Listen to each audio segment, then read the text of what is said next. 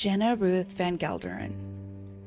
Jenna was last seen in Atlanta, Georgia, on August 19, 2017. She was pet sitting for her parents while they were in Canada. Nothing seemed wrong that night. In fact, Jenna's last known text was to a friend at 2 a.m. to say that she was going to go lie down. This would be the last time her phone would be used to text or call anyone. Something happened to her between 2 a.m. and 7:45 a.m., but no one is quite sure what. She didn't leave the cat extra food, so it doesn't appear she purposely left. Yet her suitcases were gone. By the time someone checked the house, the cat was hungry. The lights were on, the TV was on, and her phone charger was still there. At the time, she owned a phone in her name and another in her father's name. Both phones were missing. Perhaps the strangest thing was that a family heirloom that had no real monetary value was gone. It did, however, have great sentimental value. It was an Egyptian hand-stitched tapestry that was about 5 feet long. The weird thing is that it had been cut from the glass that was used to display it, but the glass had been replaced, which is very odd. It certainly doesn't sound like a random theft. Some things we do know for sure. Someone drove her car away from her parents' house. It was a dark blue Mazda 6 2010, and the car left the house around the time that she implied she was going to sleep. Her suitcases and belongings were taken from the house, along with the tapestry. Her phone would end up pinging in the Fairburn, Georgia area at 7:45 a.m. Another witness claimed to see the car around that same time, but at a different location, in Midtown Atlanta, which is about 30 miles away from both points. There was no external confirmation of that sighting, such as surveillance video. 2 weeks later, the car would be found abandoned on the side of the road, about 7 miles from her parents' home. Her suitcases were found abandoned inside the car. It also contained a loose pair of shoes, a wallet, glasses, and another pair of shoes that did not belong to Jenna.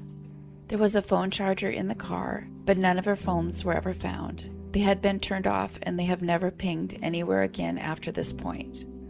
It makes little sense that if she walked away willingly, that these items would be left behind.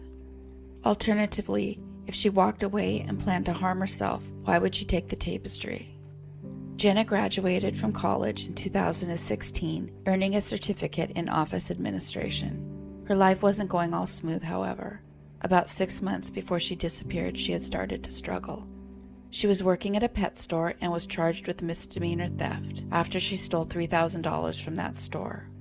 Around this time, she was hanging out with friends her family believed took advantage of her, and her family believes that the friends were related to the theft. The reason for her having 2 phones was also part of the turmoil.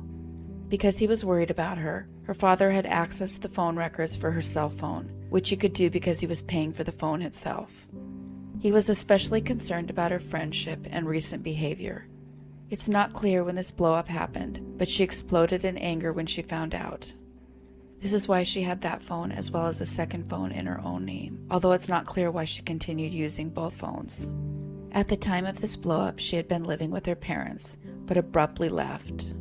Those close to her stated that she felt the cell phone was a betrayal. Her parents were especially concerned about her move because she refused to tell them where she was living. It would in fact take the police to discover where she was living.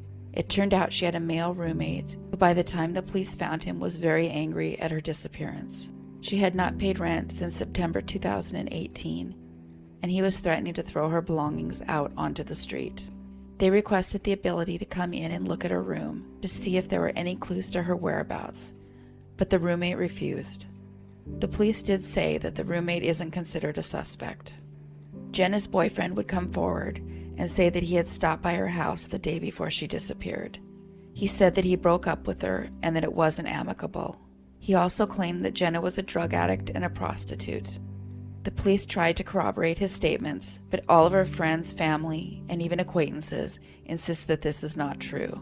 He's not telling the truth, and there's no indication that he is. The only trouble Jenna had ever been in was the theft charge. Her family believe that she's being held against her will, but there's no evidence of foul play. She loved animals, and they do not believe she would ever left the cat to starve intentionally. nor do they believe that she would choose to walk away from her life or her vehicle. This is one of those that could go either way. She was facing criminal charges. Her boyfriend broke up with her. The disappearance of the tapestry. This is perhaps the biggest clue, as what thief would replace the glass? That said, to walk away with nothing at all from her life is odd. Jenna has the Star of David tattooed on her upper thigh. She's only 4'11", and she weighed around 140 when she went missing. Please call the DeKalb County Police at the number listed if you have any information at all. Anonymous tips can be called into Crime Stoppers, which I've also listed. Jenna was 25 when she disappeared in 2017. If she's still alive today, she's 29. Tammyetta Michelle Spaulding. Tammy was last seen in Jackson, Mississippi on September 2, 2016. She took her 2 kids to school that day and then went to her job at Comcast. However, for reasons unknown, she left work early that day. She was seen going into a payday lending business in Jackson that afternoon. Shortly after this, she spoke to a family member who felt she was possibly en route to Louisiana at the time. 3 days later, the vehicle which she had just purchased, a dark blue 2013 Chevy Equinox, was found. It still had the paper tags from the dealership hanging inside. It had been abandoned behind a gas station off Interstate 55, south of South Jackson. The car keys were missing, and the car had been completely wiped clean. There were no fingerprints in the vehicle at all, including any belonging to Tammy. There were no clues as to what happened to her, until a hairdresser named Emma contacted Tammy's aunt. It turns out Emma had met a woman who claimed she knew what happened to Tammy. The woman told her that the family might as well stop looking, as they will never find her remains. She went on to elaborate that a lot of acid was used on her body.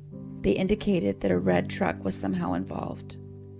Authorities were unable to confirm anything that was said, but the tip indicated that Tammy had gotten pregnant and miscarried. At the same time, the boyfriend she had also got another woman pregnant. Her family has no idea who the man is, but believes his name may be Marcus. Tammy's cell phone was eventually used once more, a few days after her disappearance, but the police were unable to trace the call. Tammy is around 5'5" tall and 340 pounds. She is diabetic and she has a heart condition. She does require daily insulin. They do not believe she had any insulin with her that day. Tammy's parents are now raising her children. The police suspect foul play.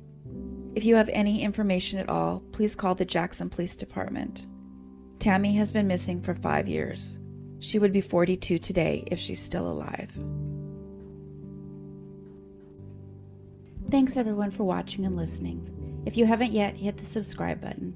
We have new episodes every Monday and Thursday. And don't forget, life can change on a dime. So take care of yourselves and each other.